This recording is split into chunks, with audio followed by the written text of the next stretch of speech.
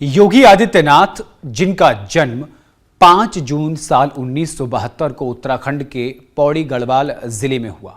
मूल नाम अजय सिंह बिष्ट। वे वैज्ञानिक बनना चाहते थे, इंजीनियर बनना चाहते थे। उन्होंने विज्ञान यानी फिजिक्स में स्नातक होने के साथ साथ एक आध्यात्मिक साधना का रास्ता भी चुना।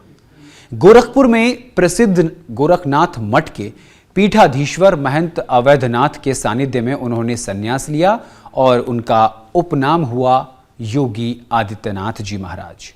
नाम प्राप्त होने के बाद ख्याति भी बढ़ी। आज हम आपको न्यूज़ इंडिया पर एक्सक्लूसिव दिखाने जा रहे हैं कि कैसे एक छोटे से गांव से निकलकर भारत के सबसे बड़े राज्य के मुख्यमंत्री तक का सफर शुरू हुआ। ये रिपोर्ट देखिए। जब वे 20 साल के थे तो किसी ने नहीं सोचा था कि साइंस पढ़ने वाला ये छात्र कभी देश के सबसे बड़े सूबे का सीएम बनेगा। माँ बाप चाहते थे बेटा बीएससी के बाद एमएससी करके नौकरी करे।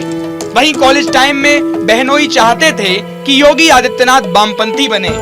लेकिन फिर योगी की मुलाकात महंत अवैधनाथ से हुई और बीजेपी को मिला एक फायर ब्रांड हिंदू नेता और यूपी को मिला योगी आदित्यनाथ जैसा मुख्यमंत्री। महंत बनने से पहले योगी आदित्यनाथ का नाम अजय बिष्ट था। 5 जून 1972 को उत्तराखंड के पौड़ी गढ़वाल जिले के पंचूर गांव में अजय बिष्ट का जन्म हुआ। 8वीं तक की पढ़ाई के लिए धांगर के प्राइमरी स्कूल में शिक्षा ली और 9वीं की पढ़ाई के लिए चमकोट खाल के जनता इंटर कॉलेज को चुना। इंटर की पढ़ाई के बाद योगी आदित्यनाथ ऋषिकेश चले गए और भरत मंदिर इंटर कॉलेज से अपनी पढ़ाई पूरी की। 1989 में अजय ने कोटद्वार के गवर्नमेंट पीजी कॉलेज से बीएससी में एडमिशन लिया। पढ़ाई के साथ साथ वे कॉलेज की राजनीति में भी मुखर होने लगे। योगी गाथा नाम की किताब में शांतनु गुप्ता लिखते हैं, अजय बिष्ट की बहन कौशल्या के पति और उनके भाई कोटद्वार में वामपंथी संगठन से जुड़े थे। बहनोई के भाई ने कॉलेज में अजय को वामपंथी संगठन स्टूडेंट फेडरेशन ऑफ इंडिया यानी एसएफआई से जुड़ने का ऑफर दिया, लेकिन योगी ने इनकार कर दिया। कॉलेज में एबीवीपी ज्वाइन की तो छात्रों में बन गए लोकप्रिय। माता पिता को बिना बताए ले लिया था संन्यास। कॉलेज में सीएम योगी ने अखिल भारतीय विद्यार्थी परिषद ज्वाइन की और पहले साल अजय ने एबीवीपी का खूब प्रचार किया। दूसरे साल खुद चुनाव लड़ना चाहा और सचिव पद पर टिकट मांगा। संगठन ने अगले साल टिकट देने की बात कही और अगले साल भी उन्हें एबीवीपी का टिकट नहीं दिया गया, तो उन्होंने निर्दलीय चुनाव लड़ लिया।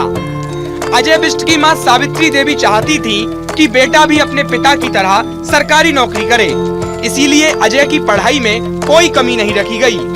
अजय के पिता चाहते थे कि अजय ने जब गोरखपुर में संन्यास ले लिया था तब भी हम और सावित्री जाकर उसे वापस लाना चाहते थे। ऐसा कहा जाता है कि योगी आदित्यनाथ की मां सावित्री देवी अपने बेटे को भगवा वस्त्रों में देखकर रो पड़ी थी। योगी गाथा में लिखा गया है कि अजय बिष्ट ऋषिकेश में एमएससी की पढ़ाई कर रहे थे, लेकिन श्री राम जन्मभूमि आंदोलन के प्रति व्यक्तिगत झुकाव के कारण अपनी शिक्षा को भूल गए। 1993 में अजय गोरखपुर के गोरखधाम मंदिर में आए, महंत अवैधनाथ से मिले।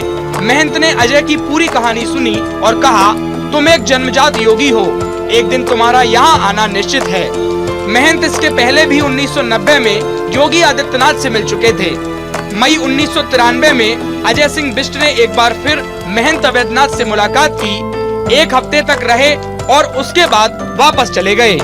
ऐसा कहा जाता है कि जब योगी आदित्यनाथ लौट रहे थे तो महंत ने कहा कि पूर्णकालिक शिष्य के रूप में गोरखधाम मंदिर में शामिल हो जाइए।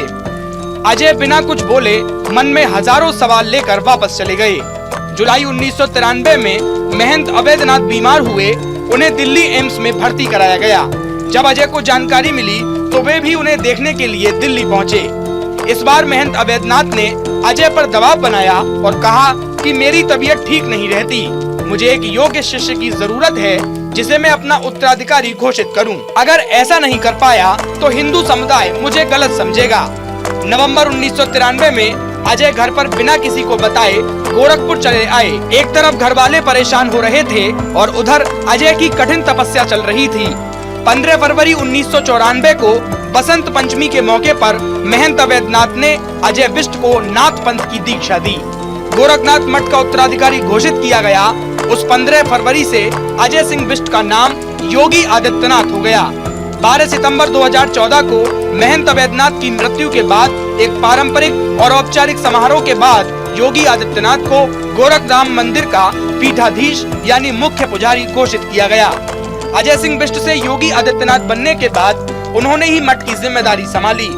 संन्यास के 4 साल बाद राजनीतिक जिम्मेदारी को संभालते हुए 1998 में उन्होंने पहली बार लोकसभा का चुनाव लड़ा। 1998 में वे गोरखपुर से पहली बार लोकसभा सांसद चुने गए। 1999 में दोबारा चुनाव हुआ और वे दोबारा विजयी हुए। 2002 में योगी आदित्यनाथ ने हिंदू युवा वाहिनी नाम का एक संगठन बनाया। हिंदू रक्षा के नाम पर इस संगठन का विस्तार पूरे प्रदेश में किया गया।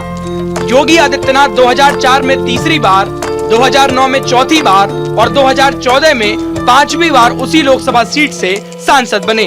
2017 में बीजेपी को पूर्ण बहुमत मिला तो पार्टी ने योगी आदित्यनाथ के चेहरे को मुख्यमंत्री के रूप में चुना और उन्हें मुख्यमंत्री बना दिया।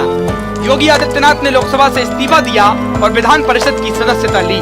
2022 में योगी आदित्यनाथ ने यूपी में दोबारा कमल खिलाया और यूपी की सत्ता के शीर्ष पर बैठ गए। योगी आदित्यनाथ का जीवन राजनीति, धर्म और राष्ट्र सेवा के त्रिकोण का उदाहरण है।